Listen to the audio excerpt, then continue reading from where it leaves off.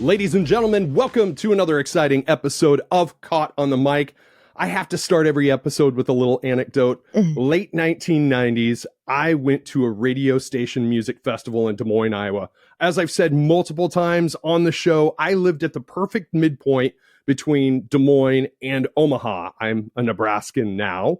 Music brought me to Nebraska, but music is also what brought me to Des Moines. I saw this fantastic act from Chicago called Sister Soleil. Oh. And here I am many years later with my new friend, Stella Soleil. How the heck are you? I'm really good. I'm really, really good. That's great. I have so enjoyed following you on social media. I love following upbeat people and people that like lifting up the world. We need more of that today. It is definitely, that is my activism. I'm using my music as my activism to do that. I just feel like people are down, and I'm tired of making music about depression and insomnia and, things like that. And I want to make music that makes people feel good, even if it's just for a 3.5 minute pause of like just joy, Yes. I feel the same way. Like, when I started this podcast 5 years ago, I have this rule that I will not talk any major social issues on my show. And it's not because I don't have my own beliefs. It's exactly the same thing you just said. Oh, it's hostile. People get hostile. Yeah. Right. I don't talk about it either. Yeah. Yeah. I tell everybody, the old saying is if you express your beliefs, you're going to piss off 50% of the audience. I tell everybody, well, I'll probably piss off 100% of my audience if I say how I really feel. But instead, I do the same thing you do, is I just use this as an art form to kind of express my activism by just showing that we have more in common than we do different in a world. Exactly. Yes. Yeah. In a world that's constantly trying to divide us. Yeah. And it is music and art. I really think it is the only thing. It's the common denominator. It's the common denominator that you can always rely on. You can get people that would never be in the same building into the same room to watch a music show because they love the same music. So it's the great unifier. Yes, I was thinking that exact words.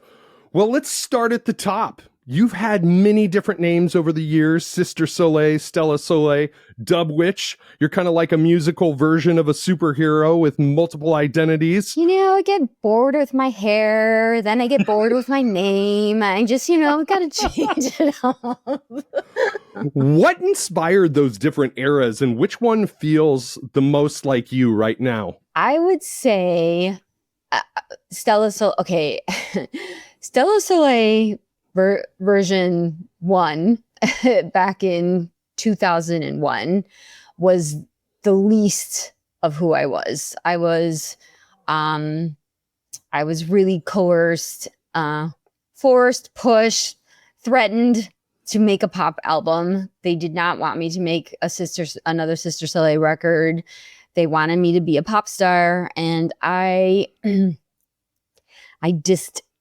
disliked pop music so much. I knew nothing about it, and I thought it just sounded all generic and vanilla, and I was edgy. Sister Soleil was very edgy, and I was pretty, in that time in my life, I was pretty aggressive and, kind of full of piss and vinegar, yeah. 20s, when you're supposed to be pissed off at the world.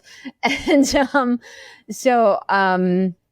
and then when I was on, I did that first record Solarium on Universal as Sister Soleil. And then they're like, okay, now you're done with that. Now you're going to be a pop artist. And I was like, what? What?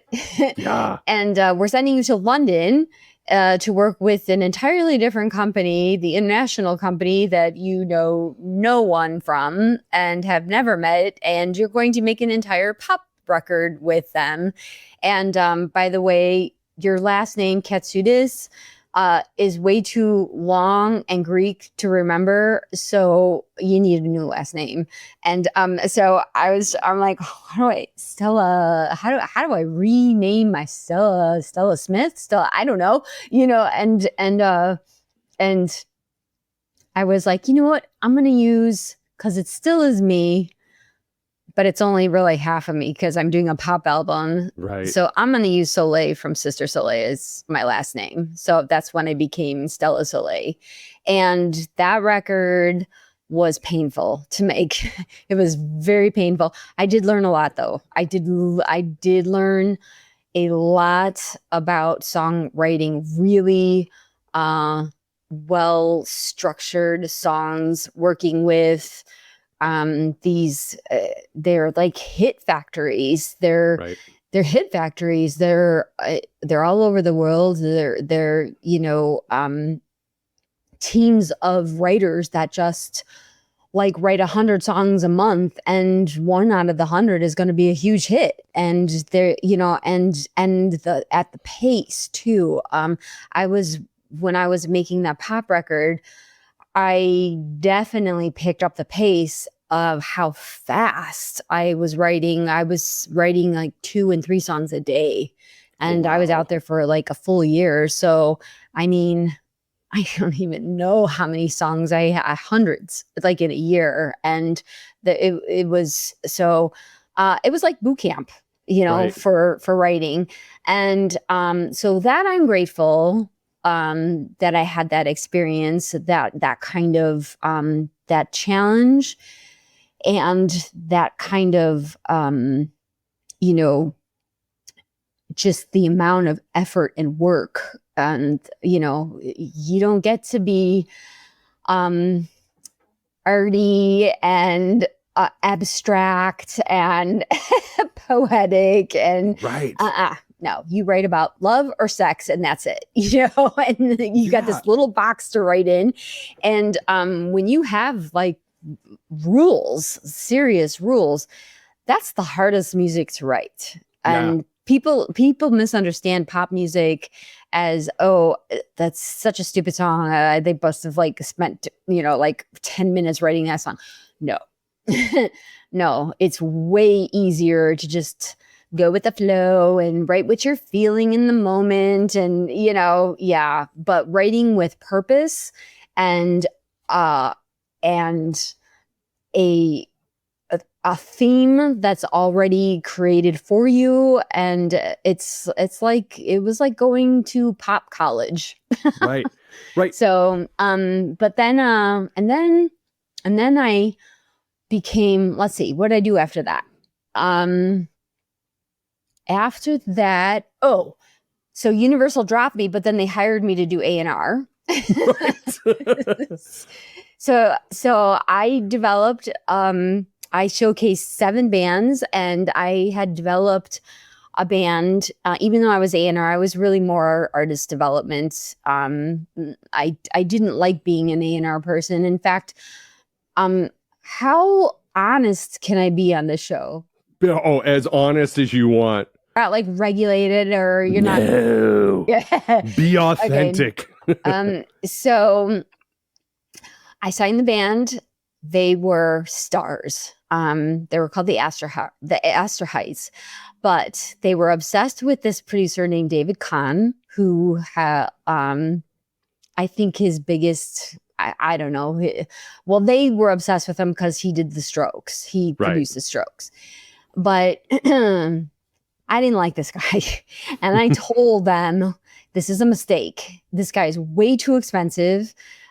He is, like, he's riding the wave of fame, and you guys, this is your first major label record.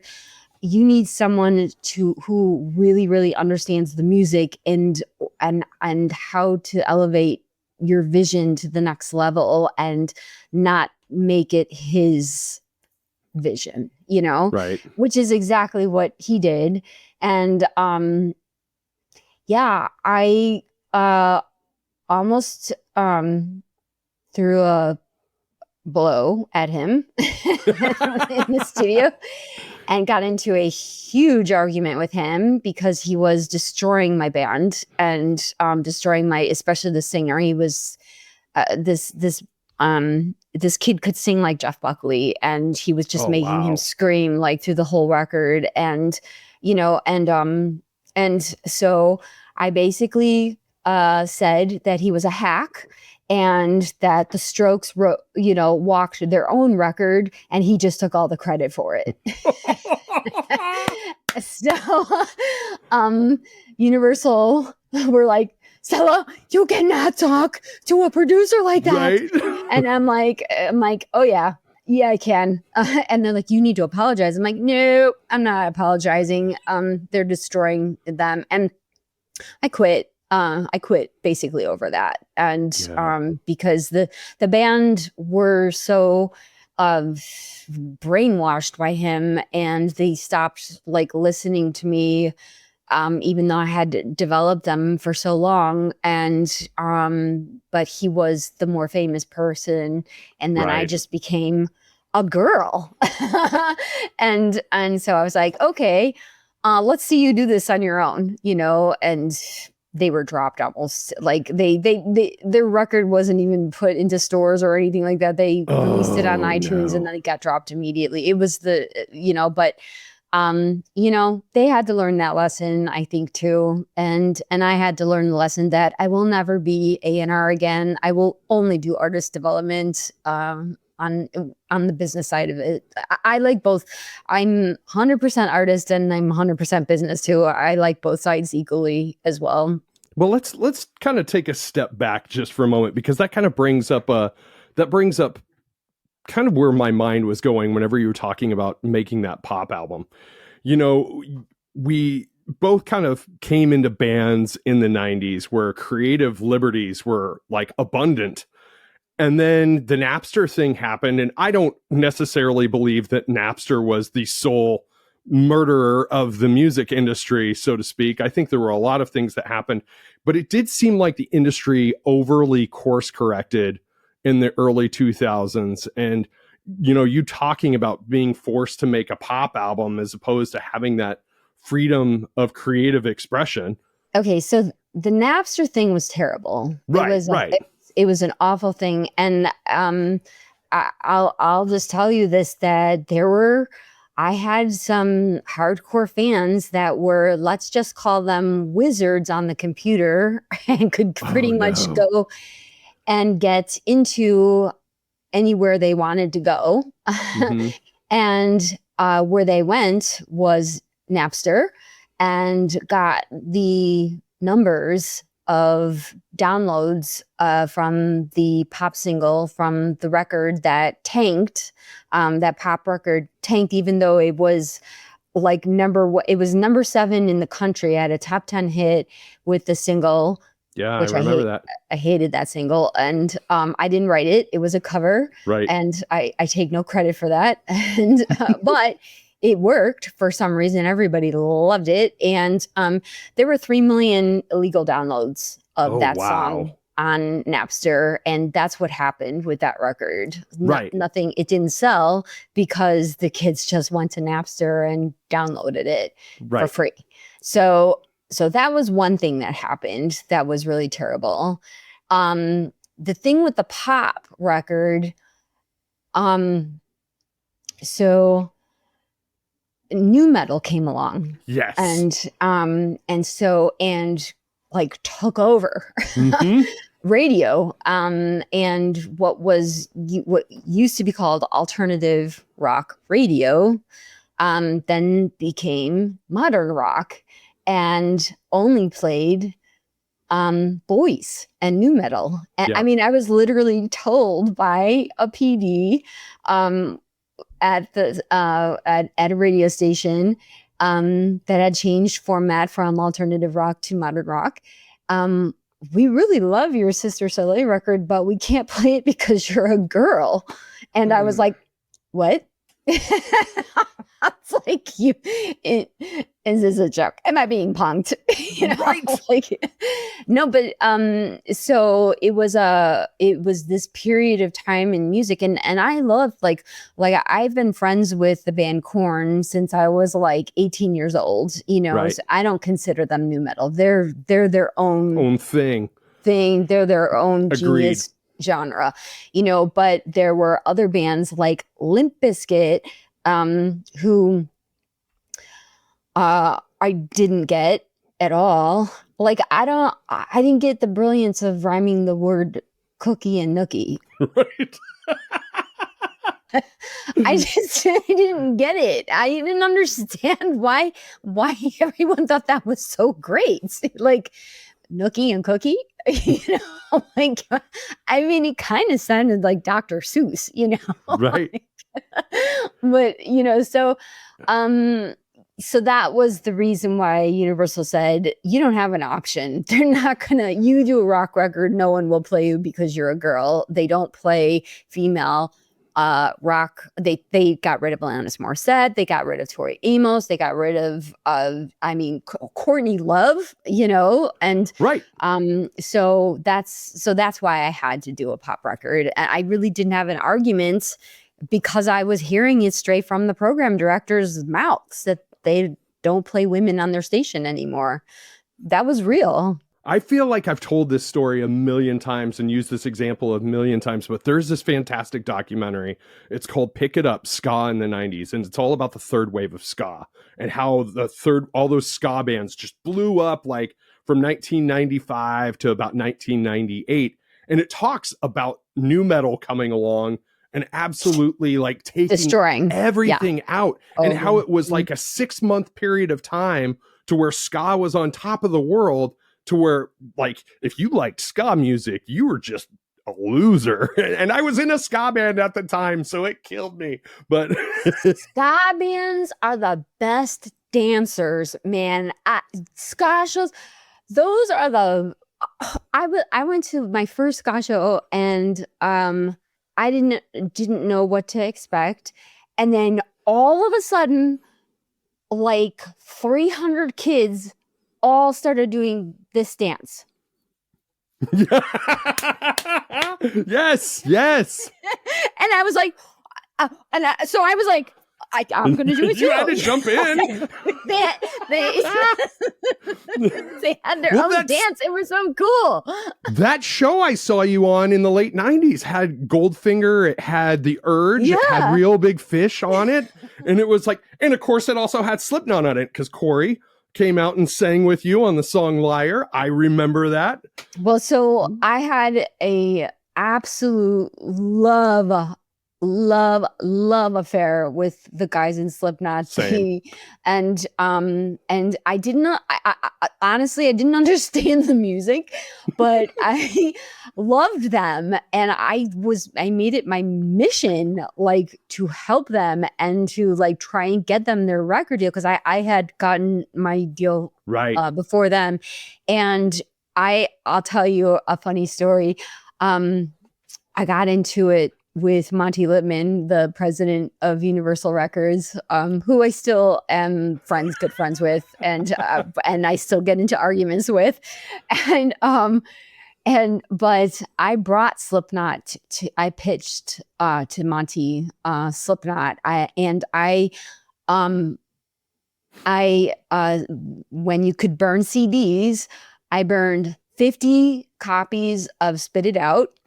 Yes. And I went to New York to the corporate 1755 West Broadway Universal corporate offices, all the top executives there. And I walked 50 copies to every office on the 7th and 8th floor and stood there and made every executive and A&R person listen to the entire song, and I would not leave until they listened. So when I was walking down the hallway, I could hear people playing it again. So Spit It Out was being played all over like Universal on the 7th and the 8th floor. And Monty and I got into a big argument because he was like, I don't get the masks. I was like, like, what, you insane? The masks. I'm like, have you ever heard of Kiss? I mean, Right. huh? You know, like, and yeah, but I was right, because Universal, exactly what I said happened. Slipknot blew up and took over the metal world.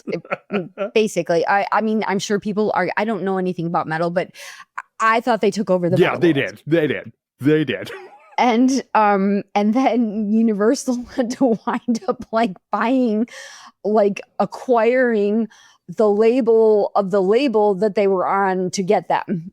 So later on, and so eventually, you know, their parent, I guess Roadrunner, the label that they're on, Universal bought their parent company, right, to have Slipknot, and I was like, I brought them to you first, and then they did it to me again. When I was living in London, I found this little band called Coldplay, and their record had just come out and nobody knew who they were. They were being played on a pirate station. Oh my. And I heard half of the song of Yellow and ran to like the Virgin Megastore and looked for the record, found it. And I listened to it once, packed it up. Next day, FedExed it, called Monty Lippman. I'm like, I need $1 million. He's like, what? I'm like, I need $1 million. You're not going to regret this. I'm going to sign this band. I need $1 million, because once people hear this song, they are going to take over the world. Right. And he's like, and so he gets the package and he's like, Stella, $1 million. I'm like, what I know other bands who have gotten $1 million advances, you know. I'm like, I'm telling you, listen, you messed up with Slipknot, you're gonna do it again. And then he goes, well, let's just see what happens. And I was like, oh my, watch what's gonna happen. And yeah. And then it happened. And then it happened. And it happened. Yeah. So that's when I was an artist. And so that's when Monty got smart and hired me as an A&R person. Yeah, absolutely. He would have to. Well, I love that story. And I love the fact that we can kind of retrace history like that a little bit, because, you know, our mutual friend Sophia knows me from being the late teen, early 20-something kid that used to go to the Slipknot shows. And I was the punk rock kid that used to go to the Slipknot shows when they were a local band. And my very last show with my ska band was opening for Slipknot before they went off and recorded that very first record. So kind of falling in line with that, you know, later on down the line after the A&R stuff, you kind of had a total vibe shift and switched to fronting a rock band, Dirty Little Rabbits, alongside Shawn from Slipknot. So this is the funny story.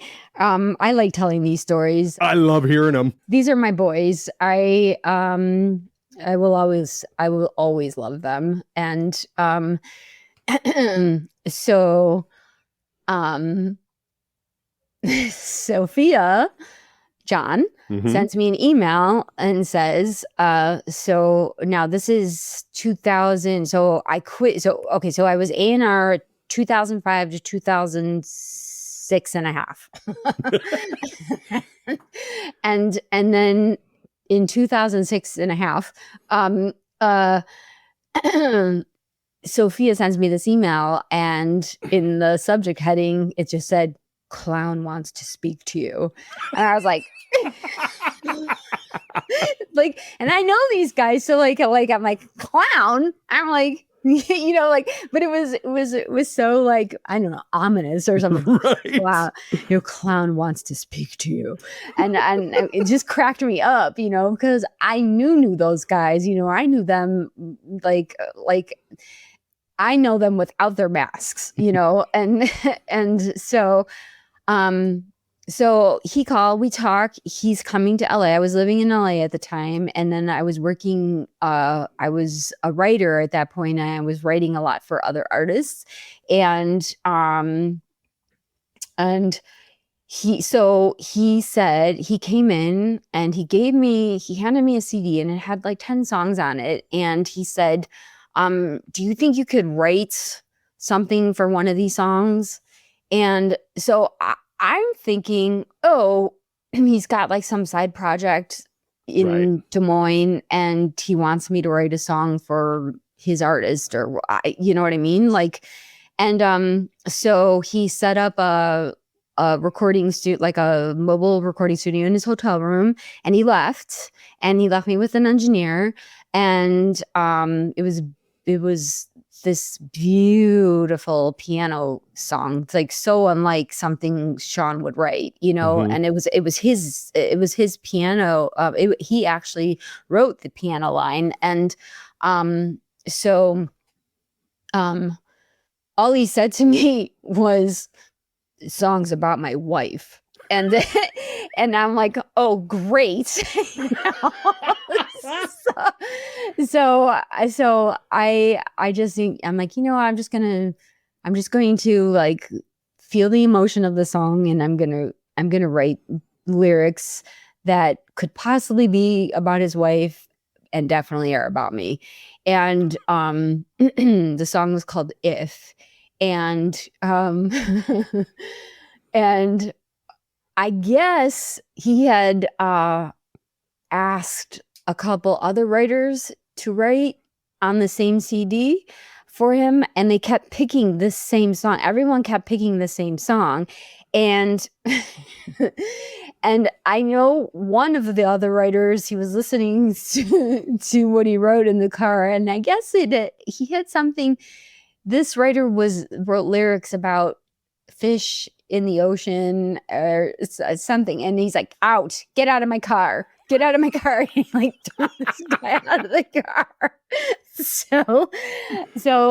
So I didn't really know that like two other writers had already been, with this song. So, and they're about to play, and they're like, well, we'll see if it works this time. And then that's when I'm like, oh my God, I'm the third person to try and write this song, and I'm like, oh, great. So he's in the front, and he's really intense, and he's like rocking back and forth. And I'm like looking at him, and I'm like, is this a good rocking back and forth, or is he going to go postal, And then the song ends, and then there's total quiet in the car. And then we were in the car with two other people. I couldn't remember. It was like a SUV. And I'm like looking around, and I'm like, what is going on? And then he turns to me, he goes, you're moving to Des Moines. You're moving to Des Moines, and you're the new singer in my new band. And I'm like, I'm sorry, what? I'm like, no, I live in LA, and I'm a writer. And I'm not moving to Des Moines. What? And he's like, you're moving to Des Moines to be the new singer in my new band. And like we had a few other conversations, and I'm like, this was an audition, like, Right. But he convinced me, and I moved to Des Moines and fronted Dirty Little Rabbits. And it's the favorite band. That was my favorite band that I was ever in. I loved them. I loved being in Dirty Little Rabbits even more than being Sister Soleil, Yeah. That warms my heart hearing that. That story was so Stanley Kubrick up until that ending, from the point of getting the email that says Clown wants to speak with you. Clown wants to speak to you. I'm like, why is he calling himself Clown to me? Why is he speaking about himself in the third person? Yeah, no, totally. And I'm like, dude, it's me. Hello. And so we got a record deal, and but I had so much experience in the business side, and I fought so much with Shawn, and not nasty fights, not Right. like creative, but about business decisions. And because I had a real education in it, and none of those guys really did. I don't care what they say; they did not have the education that I had, being signed by the chairman of Universal Music Group, and then teaching me the industry. Right. So there were all these things, these decisions being made that I was like, nope, that's wrong. That's wrong. What are we doing? That is wrong. And I mean, I remember getting into a like full on like throwdown with their lawyer. Um, and because I just knew too much about the business, and Right. and how I, as an A&R person, would have taken Dirty Little Rabbits. I would have gotten them completely away from Slipknot, totally, and not even used. It was totally different music, and I get it that it was the easier thing to do. Hey, just jump on the coattails of Slipknot, Right. and just, or Stone Sour, and jump on their tour, but it never made sense musically, and it eventually broke the band up. Yeah. It just couldn't work. The two bands could not coexist. That kind of gives me another pause to think, you talk about that happening from like 2006 and a half. And then Dirty Little Rabbits kind of came to a close, what, 2012, 2011? 2010. 2010. Okay, so the end of the Rabbits happened when we had a Warped Tour, and Shawn couldn't do Warped Tour, and because he had another Slipknot thing, Right. I would never ask Shawn, to be like, choose, Right. Slipknot or Dirty Little Rabbits. No, that's just dumb. Like, Right. but I was, I remember Shawn, he was really upset, like, that he couldn't come on the Warped Tour with us, and we were still going to go. And his suggestion was, I will find you a drummer to fill in to do the Warped Tour, and and you guys will still do the tour. Because what was happening was all of the Dirty Little Rabbits tour kept getting canceled, because all of a sudden something Slipknot would come up. Right. And so so if Warped Tour would have gotten canceled, that would have been the end of the end. I don't even think we could have been friends after that. Like anybody would. It was there was so much static at that point. But and I said, no way. I refuse to play with another drummer. What we're gonna do is we're gonna go down from a 5-piece to a 4-piece. The bass player is going to slide onto your drum kit. He's going to play drums because he can play drums. The keyboard player, Mikey, Tortilla Man. Oh my. Oh, Mikey, I love you so much. Doritos.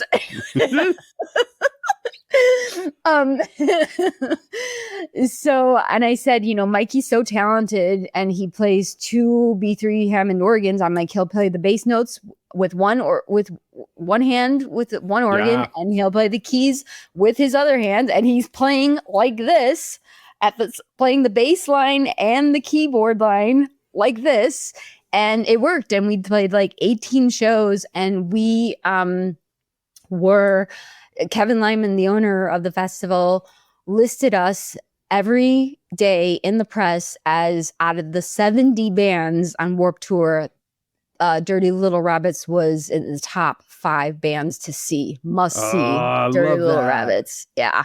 So and you know, so I was like, there's our solution.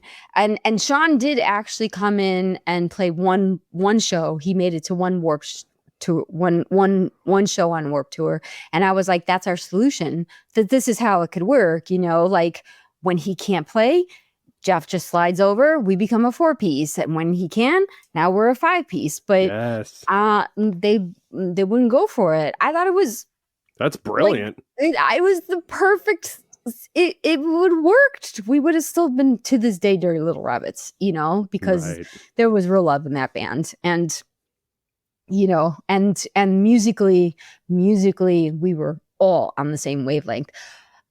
Except when Hello came along, all of a sudden, so we're writing this, like, you know, it was, you know, Dirty Little Rabbits was a very artistic band, and we it wasn't experimental because it was very well crafted songwriting.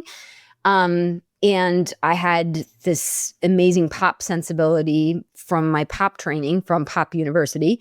And, so I could write really, really catchy vocal hooks, and they could play really interesting, complex music, but I could write pop hooks over it. Yeah. And it worked, you know, and then we wrote the song Hello, and we just all knew that we were like, oh, Hello is brand new, and now we have to make a decision. Are we going to be a hard hitting band, or are we going to move more into like this kind of alternative pop direction? Right. And those guys, you know, they wanted to play heavy, you know, and I wanted to go more in the Hello direction. I thought that was the best song that we wrote, and I was really upset that it didn't come out as the single to push. That was another argument I got into. I fought really hard to have the video be of Hello, but instead we shot the video for Professional Hit. I told them the world was not ready for girls to be that pissed off, and it was not going to work, you know, but they loved it, you know, and it didn't work, and so that was the end. And also too, on Warped Tour, I had a broken ankle and 2 broken ribs, and it was like 18 shows playing with 2 broken ribs and a broken ankle, and I was in so much pain that I was like, I quit. I'm done touring forever. I will never tour again, you know. And yeah, so I left. I came to Chicago, and I called one of my friends and I said, I'm a single girl. I just come off the most painful tour of my entire life. I am fried. I just want to meet a nice boy, and clearly I can't pick him from myself. You know, like I don't know why, but I missed something in the brain that doesn't work right. I always pick the bad boys, and you know, and so I said, can you just fix me up with someone? Just hook me up with someone. I don't care what they look like. Just a nice boy. Like, you know. And she's like, well, my husband's best friend is single, and Joe. And so I'm like, Joe it is. I'm going on a date with Joe. And so I went on a date with Joe, and we went to Creektown, and it was like a 7-hour date. And like there were sparks, and like the table was the table was like levitating, and I'm like, oh yeah, I'm going to marry this guy. And 3 weeks later I moved in with him, and a year and a half later we got married. And so yeah, so I was for like And so then that's when Dub Witch came. Right. So that was me and my husband and my friend Awesome. Jim. And I wanted to do a totally experimental record with beats, and Dub Witch was one of my favorite projects that I've ever done. I just listened to the whole album the other day and I was like, this was really good. And it was really, really progressive, you know, and it was a fun experience. It was a really fun experience making that record. And I do a lot with my husband. My husband, he's a photographer, and he shoots a lot of my promo stuff, and he's shot like 2 or 3 music videos for me. And now we're writing we write poems together, and we've been together now 15 years. Oh, awesome. Congratulations. That is amazing. That is amazing. And that's a great transition to kind of the here and now, especially when you touched on Hello, because you just recently released a revamped version and video of the song Hello. So I never lost any of my industry friends. Like I stayed friends with all my industry friends, and to this day. And so Steve Leeds, who is a legend in the radio industry, and also he started at MTV. He hired Adam Sandler. He hired Daisy Fuentes. He was head of talent at MTV when it first started. And then he became like the radio god. I mean, like royalty, you know, and he was the head of national radio promotions at Universal. And I became very, very good friends with him and his family. And it's really funny because whenever I would fly in from LA or London or Chicago, wherever I was flying to New York, you know, instead of getting put up in a hotel, I'd call Steve and I'd be like, Steve, I'm coming to stay with you and your family for a few days. So I would go to like Katie, his daughter. She was like 12 at the time, and I'd go to her soccer games, and she would lay in bed with me, and we would read together. Like she would read her books and I would read my books, and I became like his family. I'm a part of his family, you know? And so Steve, so I became a dog walker when I got out of the music industry and I got married, and I'm like, yeah, I'm done. I'm going to be a dog walker now. And so finally, now this was around COVID. Mm-hmm. And Steve Leeds called me, and he's like, when are you going to quit this dog walking shit and get back to your career? Yeah. And I'm like, what? How? And he's like, I will help, you know? And I'm like, you know, and I'm like, right. Yeah. And but then we started working together. And then, you know, I had a really large catalog, and I was like sending him songs, and, you know, like, do you like this song? Do you that? I don't even know at this point, like, I'm a totally different person. Right. I'm super happy, like bubbly, like I laugh all the time. And, you know, like I can't do Sister Soleil anymore. That stuff was dark. And right. I evolved. I grew up, you know, and so I remember, so then I was like, you know, there's this song that I wrote 14 years ago with a band called Dirty Little Rabbits, and it's called Hello. I think it's the most favorite thing that I've ever written in my entire life. And right now, the world is on fire, you know? And I'm like, this song is so beautiful and uplifting, and it is the most positive message. I mean, the messaging in this song is so positive.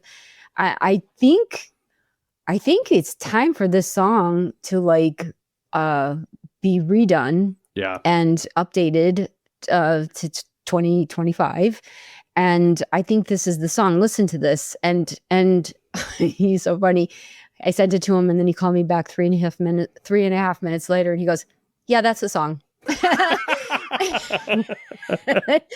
And then my lawyer, it was funny because I was you know, because I'm like, it was a Dirty Little Rabbit song. Am I even allowed to redo this? I don't know the law. So I called my lawyer, and who is also, I signed, he's my manager too. He's my lawyer and my manager. I signed a management contract with him. He's a wonderful human being. And it was really funny. And he's tough. Tough. Oh my God, he's a tough critic. And so I'm like, well, if I can get it past Tim Donahue, you know, and plus he'll know all the law on this, you know, and because I wasn't going to do something that was wrong, you know, right. So I asked him, I'm like, can I? And he's like, he pulls out the law, reads the whole law, and explains to me like why I can re-record the song, and you know, and anybody, and in fact anybody in the entire planet can cover it, and don't even need to ask the writer's permission. They just have to be paid their publishing, you know. Anybody can. It's once a song is commercially released, the whole world can put it on their record and release it, and as long as you pay the writers their writer's share, you know. And so I'm like, okay, well, listen to it and just call me right back, okay? And I'm like, 25 minutes go by, and I'm like, what the fuck, dude? And so I'm like, Tim, he's like, it's the most joyous song I've ever heard in my entire life. I swear that was the verbiage. It's the most joyous song I have ever heard in my entire life. And I'm like, oh, I'm definitely doing Hello. You know, I go, now I got my direction. Now, and then I was like, it's perfect timing because people are so fractured right now. And the song is about all good people coming together, you know. It's all good people find each other, you know, and it's the perfect message for what's happening today, you know. So I got the thumbs up, and then I tried to make a couple, so I recorded it, and I got to work with like one of my all-time favorite. I was 6 years I was trying to convince this guy to produce something for me, anything. And he's like, we'll figure it out. John Fryer. He's a really famous producer. He did Pretty Hate Machine for Nine Inch Nails. He did like 4 Depeche Mode records. And then I don't even know how many metal records he's probably sold collectively 250 million records, you know. And I sent him the song Hello, and he's like, I'll do this. And I was like, oh my God, I got the song. I have Steve Leeds. I have Tim Donahue. And now I have John Fryer, like the best producer like on the planet, I think, you know. And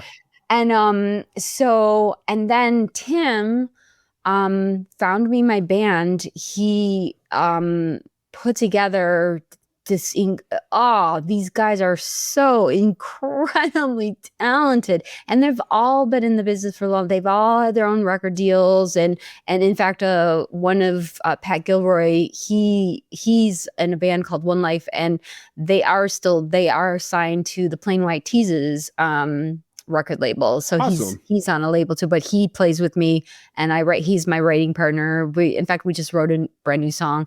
And so this Tim Donahue put together a super group for me, and we went into the studio, and we had one rehearsal.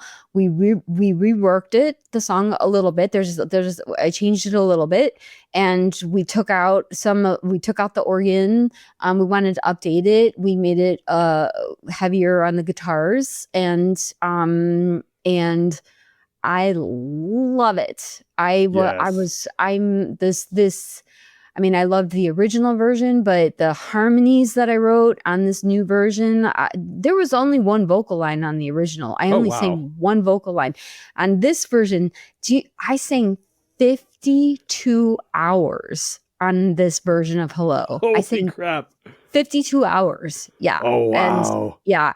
So 6 days of singing straight, and my voice didn't give out. And I was like, oh, I'm like, and then I realized that because I had taken such a long break from screaming in bands, my voice, I had no damage like to my voice.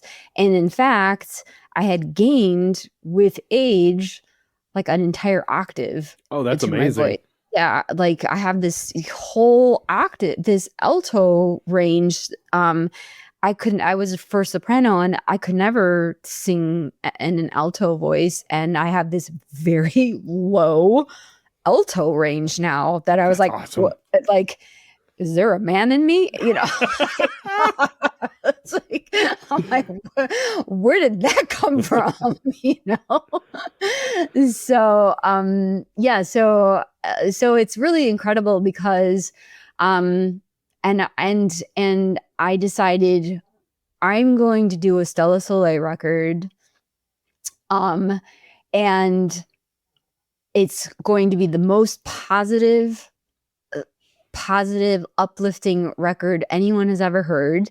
I also just covered the second single, Love the One You're With, Stephen Stills. Yes. Yeah. So the two guys that I work with in the band are lead singers in their own band. So we perfectly did the 3-part harmonies. Oh, amazing. Yeah. So it came out incredible. Yeah. So that's my second single, but we'll be working Hello I will probably be working Hello for like a year, you know, and you know, because it's starting from the ground up again, which I have no problem doing the work, you know, and then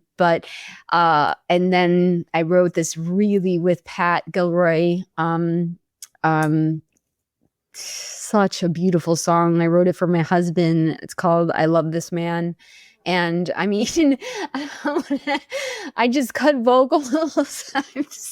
I'm such a girl. I'm cutting vocals, and I'm like, tears are like streaming down my face. I love this man. I'm like singing the song, but it's so beautiful, and it's just so every single and some of my older songs that I did that I never liked how they came out, but they were really great songs. I'm redoing those. And so I have the record is fully written now. That's awesome. Yeah, it's fully written. So now I'm just, and then Sophia John is on this team. And then the most incredible thing happened. Jeff Panzer joined the team. Do you know who Jeff Panzer is? Yes. He's the one that directed your video, right? Jeff Panzer has directed 3,000 music videos of the biggest artists of all time, and has produced Rolling Stones records, and I mean some of the biggest albums of all time. And he was the producer of all the on-air talent for 2020, for ABC, for CNN. I mean, the guy, like, and when I was having trouble, because I shot 2 different videos for Hello, and they didn't work. They just didn't work. And I'm like, I can't, it doesn't fit the song, you know? And it was really funny. Steve Leeds is best friends with Jeff Panzer, and so Steve said, I'm going to send this last video you did to Jeff Panzer and see what he thinks, and so Jeff calls me, and he says, well, it was shot well, and and you look beautiful. He's like, paid me the nicest compliment. He goes, you look younger now than you did back then, and I was like, oh, I love this guy so much. Right. and so and he said, yeah, I think the video is really good. And I'm like, I go, what do you think of the song? And he goes, what song? And I go, Jeff, do me a favor. I'm like, don't watch the video. Just listen to the song and tell me what you think about the song. Right. And like a minute later, he's like, he put it in his earbuds and he's jogging, listening to it. And the lyric, all good people find one another. That line in Hello. Well, he stopped dead in his tracks and he picked up the phone and called me. He goes, what kind of witchery are you using on me? He goes, did you write this about us? That's amazing. What kind of witchery are you using on me? And he's like, this song is a smash hit. And I was like, and he was in. And so Jeff Panzer and I speak 20 times a day. So now I have the dream team. Yeah. Like the dream. So my team, we're not a record label, but we're functioning like a record label. It's Steve Leeds. It's Jeff Panzer. It's Sophia John, and it's Tim Donahue. And it's like, I mean, I couldn't, it's like, imagine being like on the Bulls, like circa 91. Yeah. Like 6 championships. Right. That's my team. That's amazing. Yeah.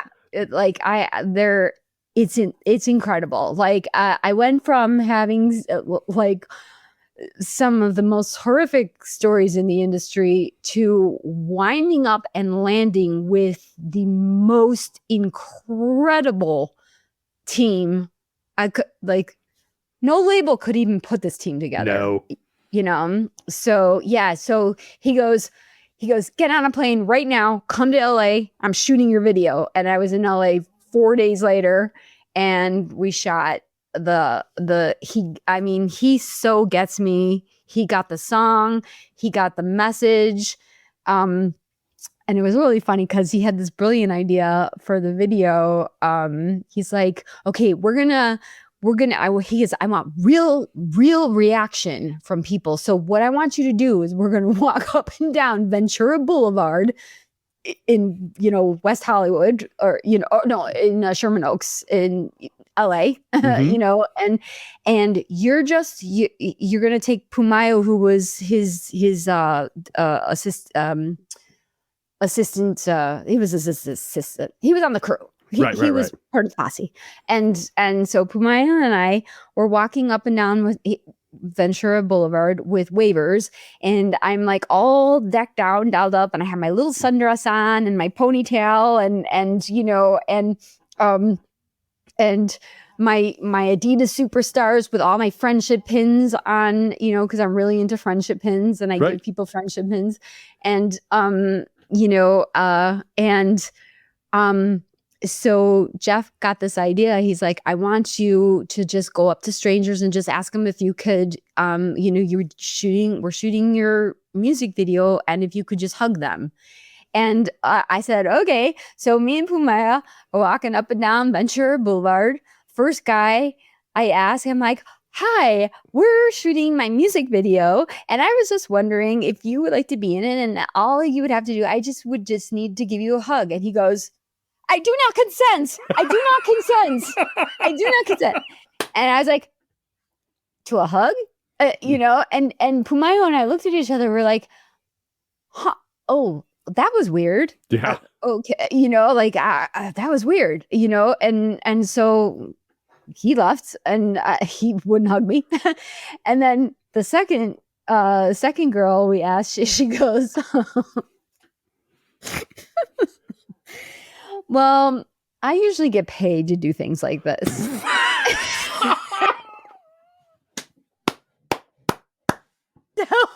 So I said, well, what's your rate? She's like, for what? I'm like, for a hug. She's like, well, you know what? I'll just do this for free. And I'm like, and she's in the video. Amazing. Yeah. And then the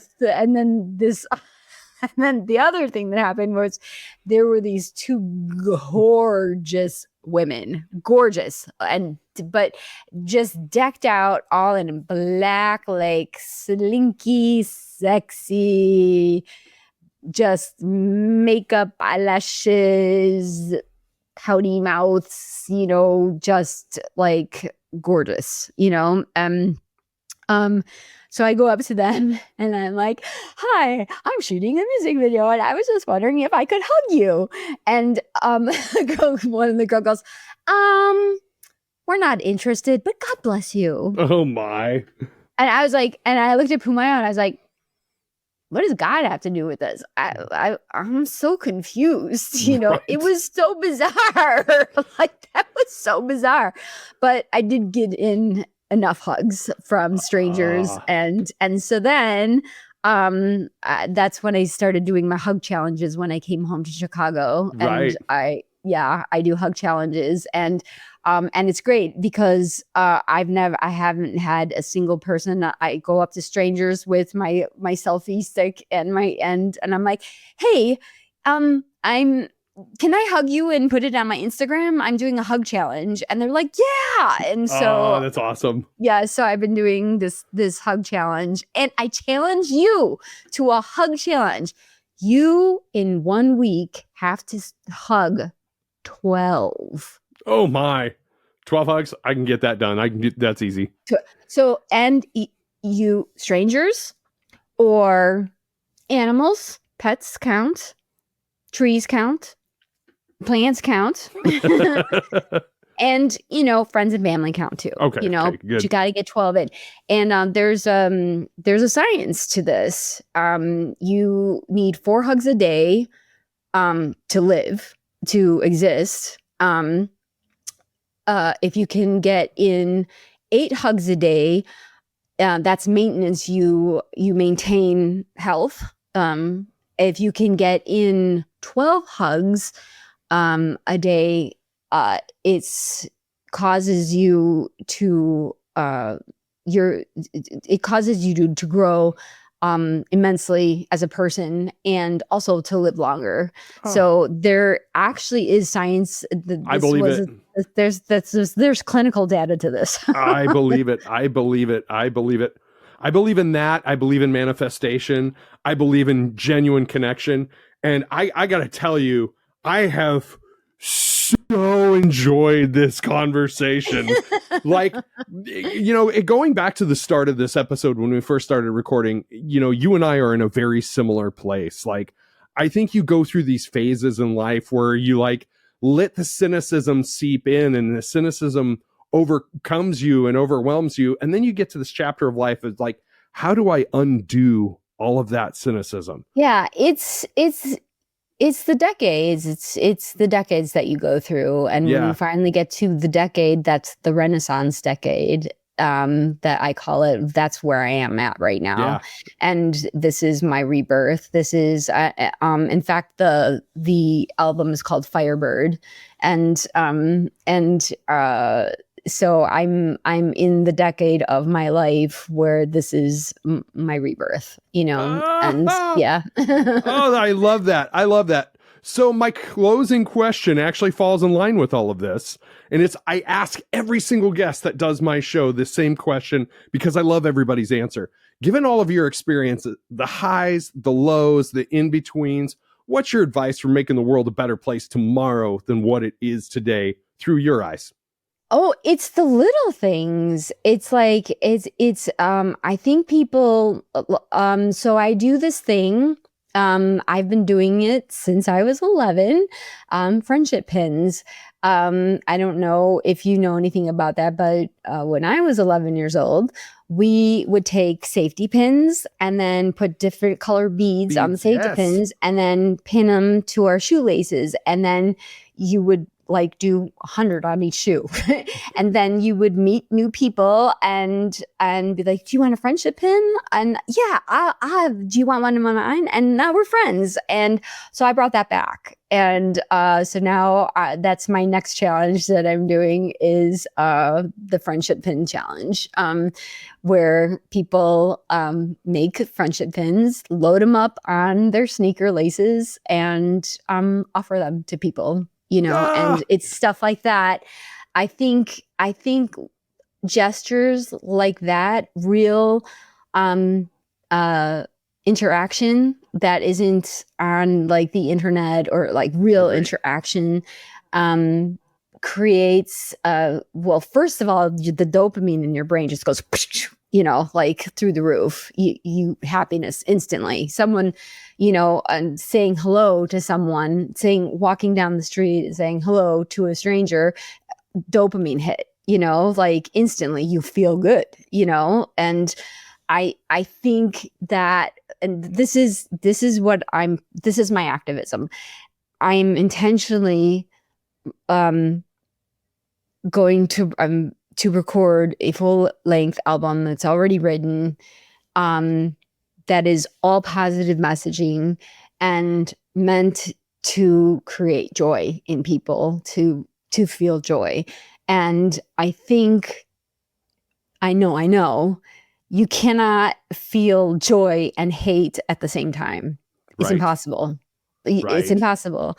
And so these little things like my friendship pins, the hug challenges, like just being a good just smiling at someone, it's so fragmented. I think that before people start having civil conversations and dialogue and stuff, like there has to be like these small gestures first, Agreed. and I definitely think the most effective way to get people back to baseline is art and music.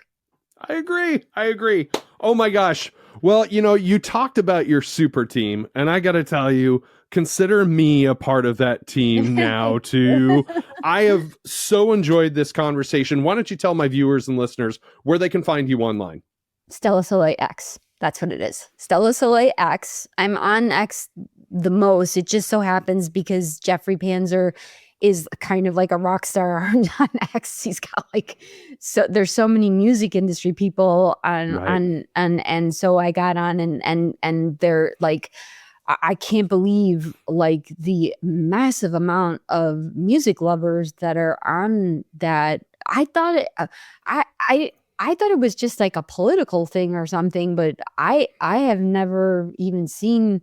Maybe it's the people that I'm interacting with. I don't know, but I'm on. I do. I've gotten so many podcasts from being on X. They have this thing called Spaces where like they do like these mini spaces where there'll be 15 people or 20 people or something, and it's like a impromptu podcast kind of thing. Somebody like hosts it and you just have conversations, and and then my Instagram, let's see, my Instagram is Stella Soleil.official. Yeah, that's my Instagram, Stella Soleil.official. And those are really the two. Please, I beg of you. That was very dramatic, wasn't that?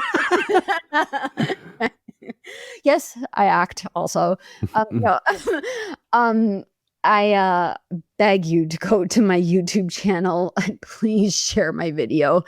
I think the only way that I can possibly get this video out there is if people go to my YouTube channel and share it, you know, Yes. like, follow, and share, but specifically sharing it with other people. I really, really, I intentionally, we intentionally created this music video to put out this incredibly positive message and of love and joy and connection. And the only way it's gonna work is if people share it with each other. So Yes. that's my big ask. We're living in an algorithm world, and we're just algorithm girls. I swear, all of us. It's like, so yes, ladies and gentlemen, if you're watching this, go watch the hello video, share it to your social media platforms. Let's get those views up. Let's get the subscribes up. Make sure you're following Stella on X. Follow Stella on Instagram. Every day she's going and getting her Starbucks or scooters. Starbucks. I am okay. I'm gonna tell you something. Now, this is okay. Yeah. I am addicted to Starbucks. It is true. I am addicted to Starbucks, but Starbucks saved my life for real. Really? Last year, I was attacked. A man with a knife tried to kill me, and he chased me into the middle of a four-way intersection, and thank God there were no cars, but it was 6:45 in the morning, and there was no one around to help me. It was a standoff between him, his knife, and he just looked at me. He did not say a word, and I said, God, I need some help down here. If you don't help me figure out how to outsmart this guy, I don't think I'm going to live. And Right. So I heard this voice in my head. I'm sure probably was my own voice, but whatever. I'm thinking it's God. And said, start screaming. Scream as loud as you can. Get as angry as you can. Scream, scream, scream. And so that didn't work. And then I was like, God, yeah, that didn't work. Really need some help down here. And then the voice said, throw the coffee. And I looked down in my hand and didn't even realize that I had been running from this guy holding a venti scalding cup of coffee, Starbucks coffee. And I was like, I looked at the coffee, I looked at him, and I go, here it goes. And with all my force, I just threw it in his face and scalded his face. It was all over him. He grabbed his eyes like this, and I ran like Forrest Gump, ran for my life so fast that I actually caught up with a jogger that was like a block ahead. And he looked at me, he goes, hey, are you okay? And I was like crying. I'm like, no, this man just tried to kill me. And he goes, I saw that. He goes, I was going to stop, but then I didn't stop because I thought it was domestic. Oh my gosh. I know. I was like, what? And so we called the police, and it turned out that 10 minutes before he tried to attack me, he tried to stab another girl in her face, and just like 10 minutes away from where I was attacked. And oh my. Yeah, so I love Starbucks. Yeah, the serendipity of the Starbucks is real. You know what's funny? I was walking into my day job the other day, and I thought about that because I was walking in by myself. It's like 6 o'clock in the morning, and I had my triple venti mocha in my hand. I was like, if somebody ever jumped out at me, that's exactly what I would probably do is, toss the coffee in their face. But it's a weapon. It is a weapon. And so not only did he attack me, but he wound up attacking in my neighborhood 9 women. Oof. And whatchamacallit, and the next woman, they couldn't catch him. They never caught him. I think he was staying with someone, was taking care of him. I think he was probably like mentally ill or something. Yeah, he was mentally ill or something. And But he walked into a Starbucks that she was in, and he had a mask Oh on. my.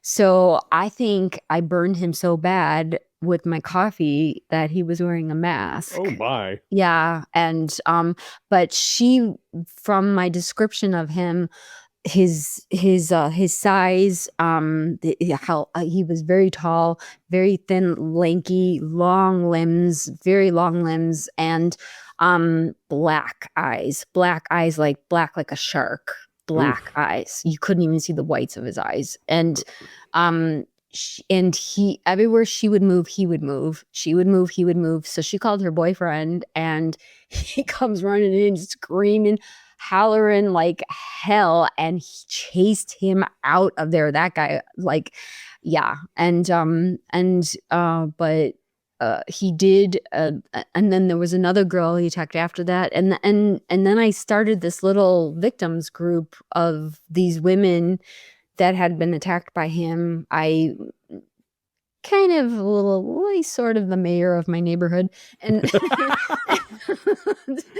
and managed to form this little like support group of all amazing. of us, yeah, that had been attacked by him, and remained friends.